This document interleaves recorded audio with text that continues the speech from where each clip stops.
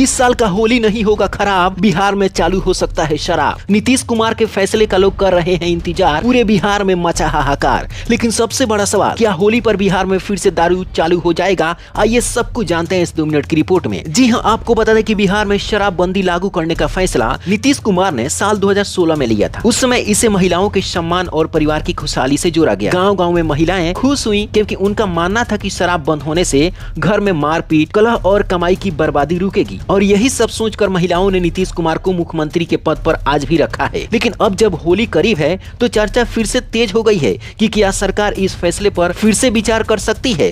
क्या फिर से होली में शराब को चालू कर दिया जाएगा? क्या एक बार फिर से बिहार में वही दिन लौट आएगा जो महिलाएं देखना नहीं चाहती हैं? तो देखिए, सच ये है कि कागज पर शराबबंदी सख्त है, लेकिन जमीनी हकीकत अलग कहानी बताती है। शादी ब्याह हो, बर्थडे पार्टी हो या कोई भी त्योहार हो, गाँव के कोने कोने में, शहर की गलियों में शराब तो बिल्कुल भी नजर नहीं आता है। लेकिन जो पीना चाहता है उसे रास्ता मिल जाता है, जो नहीं पीता है वो ढूंढता ही रह जाता है। यानी देखा जाए तो बिहार में दारू मिस्टर इंडिया बनकर घूमता रहता है। और यही दोहरी सच्चाई है बिहार की। कानून है, छापेमारी होती है, गिरफ्तारी भी होती है, लेकिन अवैध सप्लाई का जाल खत्म नहीं हो पाया है। हाल ही में बिहार सरकार ने एक तस्कर को पकड़ा, जिसमें वह कुर्सियों को काटकर बीच में शराब को भरकर वह कुर्सी बेचने के बहाने शराब की तस्करी कर रहा था। बिहार के लोगों के पास में दिमाग की कमी नहीं है, लेकिन ऐसी जगहों पर जब वे लगाते हैं तो उनका नुकसान ही होता है। अब चलिए जानते हैं कि क्या सच में बिहार में फिर से दारू चालू होगा। तो आपको बता दें कि बीजेपी विधायक विनय बिहारी ने शराबबंदी को लेकर एक बार फिर से चर्चा किया है और बयान देकर नीतीश कुमार को टेंशन में डाल दिया है और सियासी आग में घी डाल दिया है। उन्होंने भोजपुरी में कहा,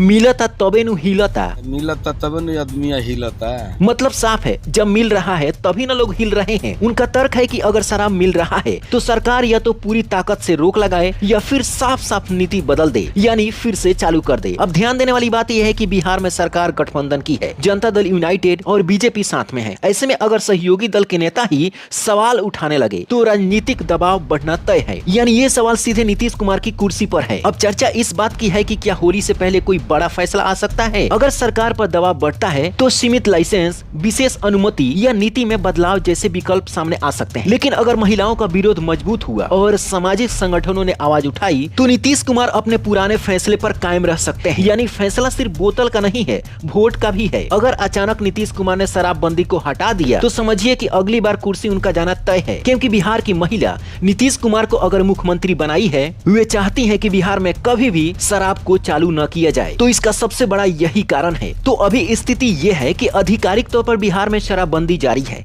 होली से पहले शराब चालू होने का कोई सरकारी ऐलान नहीं हुआ है, लेकिन बयानबाजी और अंदरूनी चर्चा ने माहौल गरमा दिया है। अगर सरकार विचार करती है तो हो सकता है कि नियम में थोड़े बहुत बदलाव हो और सिर्फ होली के लिए शराब को चालू किया जाए। लेकिन अगर सरकार इस पर विचार नहीं करती है तो होली फिर सूखी मानी जाएगी। लेकिन आपकी नजरों में बिहार में क्या फिर से दारू चालू होनी चाहिए या फिर नहीं? नीचे कमेंट जरूर कीजिएगा, इस वीडियो को शेयर जरूर कीजिएगा। Bureau report, black Bharat TV.